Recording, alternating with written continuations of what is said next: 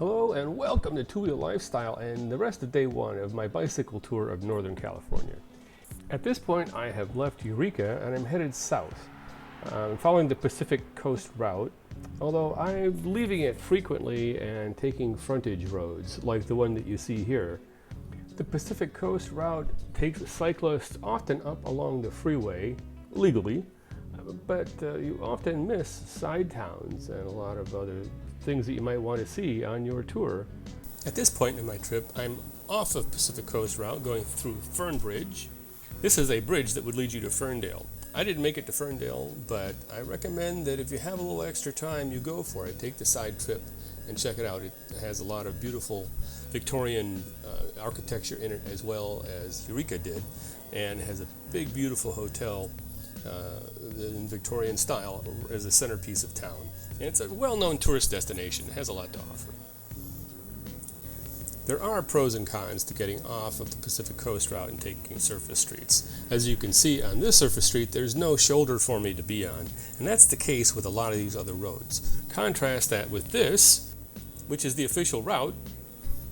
It has a lot of room for you on the shoulder. At the same time, cars are going a lot faster, and you're missing a lot of the scenery. So I got on and off, went back and forth, and saw different things as I went.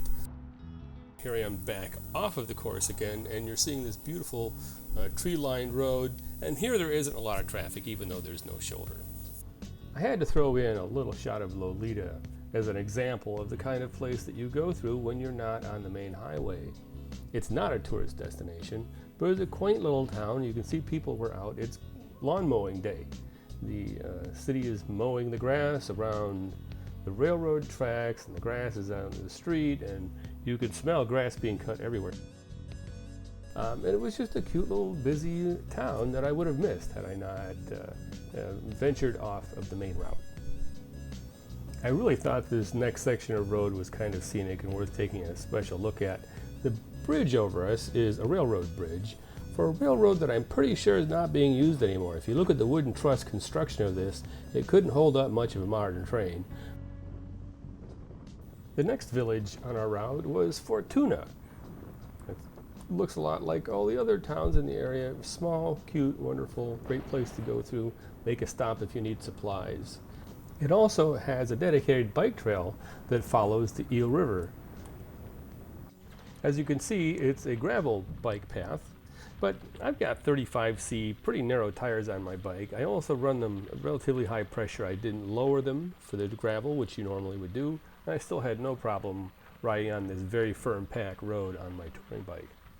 The city of Fortuna is off to the left, and on the right of us is the beautiful Eel River that follows us for several days. It's a shallow river with wide sand banks and is not on any kind of a silty bed at all. The water is always crystal clear. It's just a gorgeous addition to the scenery that is part of your ride for several days on the Pacific Coast route. I stopped in Fortuna to have lunch, which is a nice spot to do. A lot of places in town to take advantage of, and while I was doing so, the sun came out, and I was able to continue on the bike trail even farther after that, and the sun came out for the rest of the day. This is a common weather pattern here in Northern California. You'll get cloudy mornings that burn off to sunshine in the afternoon, and I experience a lot of that weather pattern here. So in case you were skeptical, here's a good shot of the bike route sign on the freeway, instructing us that the Avenue of the Giants is an alternate route, one which I heartily recommend that you take. And you get to the bottom of the off-ramp, and there it is, Avenue of the Giants this way. So you head under the freeway, and this is it. This is the entrance to the Humboldt State Park Redwood Forest. It's a kind of an unassuming entrance. There's no big signs or fanfare. You simply drive into it, and suddenly you find yourself overwhelmed by the presence of redwoods. It starts really out of nowhere is how it feels when you ride into it. In fact, it hit me so suddenly. It's hard to feel it here because it's a very hot day out on the freeway. You go under this canopy of trees and you suddenly enter a different world. The weather becomes super cool, super shady. Any wind that was blowing has been blocked by all of the trees. You're completely sheltered in this redwood forest and this environment.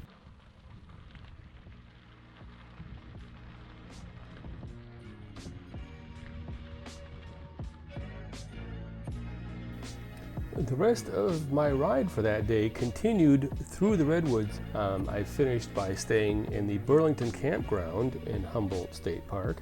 I will have details of the stay and how that all worked out on my blog. But for the video, I would like to just leave you with this scenery and this view that I got as I rode through the California redwood area. So, until next time, I will see you all out there on two wheels.